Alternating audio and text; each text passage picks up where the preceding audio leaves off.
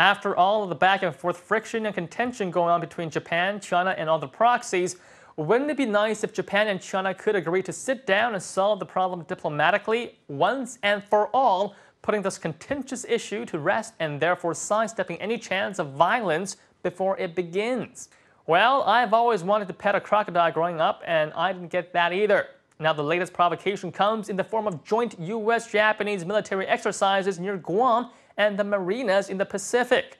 The exercises, which will focus on the maneuvers which involve claiming and defending small islands, are the first of their kind between the U.S. and Japan.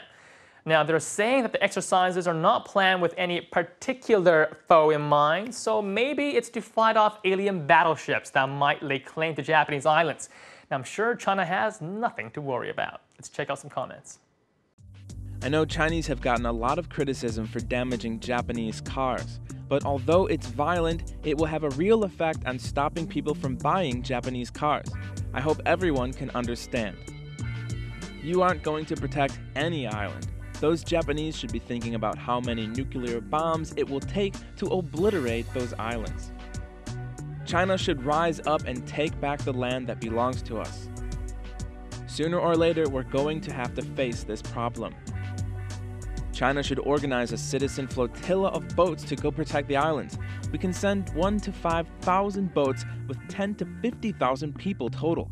Let's use our numbers to our advantage. Yeah, either chill out or organize a citizen army to head out on the high seas on thousands of ships. Now, Weibo users are not the most level-headed bunch. If you can't tell, they're easily riled up and often think of fantastically stupid plans.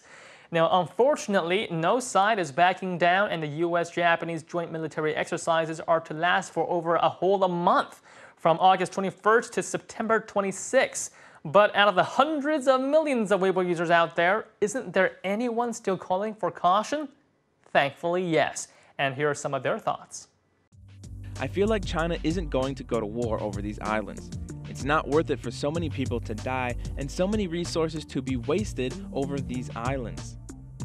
Territorial matters should be resolved diplomatically between governments, resulting in a treaty that both sides agree to. The Chinese government is way too gentle. All they'll ever do is lodge complaints. The US is just trying to scare China. They still haven't resolved their problems in the Middle East. They're just trying to scare the Asian region so they won't have to go to war later. I recommend the Chinese government outright ban all Japanese products, including cars and computers. Territorial matters should be resolved diplomatically between governments, resulting in a treaty that both sides agree to. Hey, now there's an idea. Sitting down and talking it over like civilized people. And like some commenters pointed out, the countries really shouldn't go around saber-rattling or whipping up citizens into a mob to make your points.